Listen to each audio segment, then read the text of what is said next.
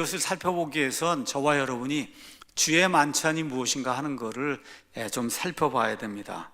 주의 만찬은 어디에서 나오느냐? 예수님께서 이 땅에 오셔서 십자가에 죽기까지 이 기간은 구약시대예요. 구약시대. 구약시대에는 유월절이라는 것이 있었어요. 그래서 예수님이 죽기 바로 전날, 그렇죠, 이 유월절을 뭘로 바꿔주냐? 주의 만찬으로 바꿔주시는 거예요. 유월절을. 자, 예수님은 왜 유월절 어린 양이라 그러냐?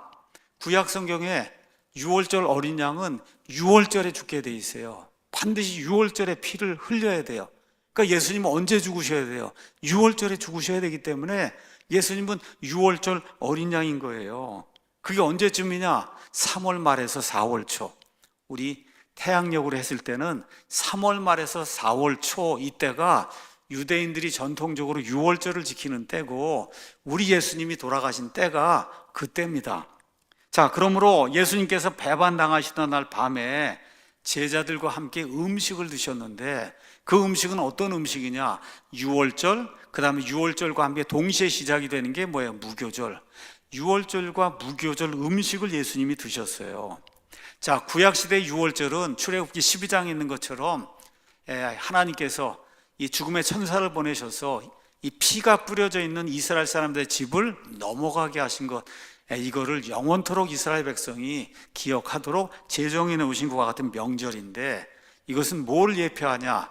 예수 그리스도께서, 그렇죠, 피를 흘리시고 모든 사람의 죄를 일시에 제거하는 것, 이거를 예표로 보여주는 그와 같은 명절이에요. 예표였고, 그래서 구약시대는 이게 예표예요. 앞으로 오실 예수님에 대한 그런 예표고, 예수님께서 이제 십자가 죽으시면서 신약시대를 여신 다음에는 이 주의 만찬은 이미 예수님이 이루신 거예요.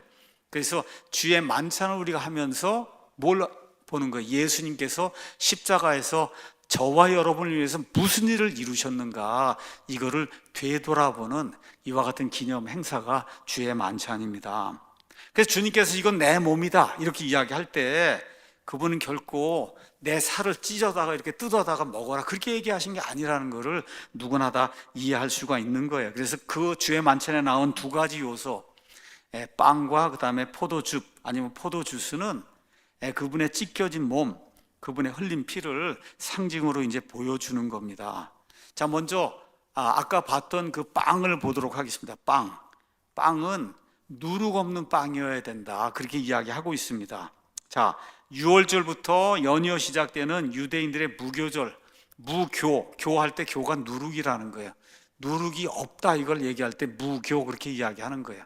그래서 킹제임스 성경 가서 보면 출애굽기 12장 15절에 너희는 이레 동안 누룩 없는 빵을 먹을 것이요. 이 개역은 무교병, 병은 떡이란 뜻입니다. 무교병이 아니고 떡을 모른다니까 이스라엘 사람들은. 너희는 이레 동안 누룩 없는 빵을 먹을 것이요. 바로 그 첫째 날 너희 집에서 누룩을 제거할지니, 6월절이 시작이 되면 누룩을 제거해야 되는 거예요. 누구든지 첫째 날부터 일곱째 날까지 누룩 있는 빵을 먹으면 그 혼은, 그 사람이 아니라 그 혼은, 구약시대에는 혼이라고 하는 게 사람을 가리켰어요. 그래서 이스라엘에서 끊어지리라, 성경이 그렇게 이야기하고 있습니다. 왜 누룩을 제거하라 그랬냐? 신약 성경에 가서 보면 그 제거하라는 이유가 이렇게 나옵니다. 고린도전서 5장 7절에서 8절. 누구 사람의 이야기를 듣거나 누구 해석을 들을 필요가 없어요. 성경이 성경을 이야기합니다. 그러므로 묵은 누룩을 제거하라. 그러면 너희가 누룩 없는 자들이듯이 너희가 새 덩어리가 되리라. 우리의 유월절 어린 양 그 그리스도께서 우리를 위해 희생물이 되셨느니라. 그러므로 우리가 그 명절을 지키되 묵은 누룩으로도 말고 악의와 사악함의 누룩으로도 말며 순전함과 진실함에 누룩 없는 빵으로 하자. 가서 여러분이 정신을 똑바로 차리고 이 말씀을 읽어보면, 일단은 누룩이라고 하는 거는 여기 있는 것처럼 악의, 그렇죠, 사악함, 그 다음에 오래된 거, 그렇죠, 이런 걸 뜻하는 거예요. 그래서 우리가 어떻게 유월절, 예수님 돌아가시고 우리를 위해 죽은 걸 어떻게 기념을 하냐? 순전함과 진실함에 누룩 없다 하는 거는 순전함과 진실함을 지금 표현하고 있는 거다. 성경이 그렇게 이야기를 하고 있는 겁니다. 이런 말씀에 근거해서 죄 없이 죽으신 예수 그리스도, 이거를 정확하게 나타내기 위해서는 반드시 누룩이 들지 않은 빵을 우리가 주의 만찬에서 사용을 해야 되는 거예요.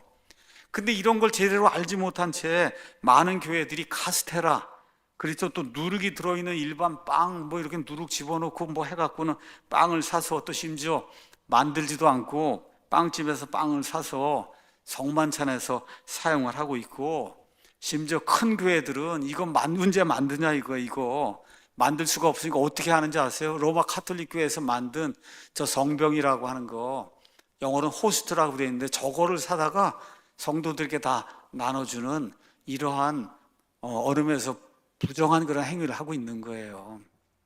부정한 행위를. 이런 일을 하면 안 된다는 겁니다. 이런 일을 하면 안 된다. 어떻게 이 카톨릭 교회에서는 이게 예수님의 진짜 몸이 된다고 해서 우상을 숭배하는 겁니다.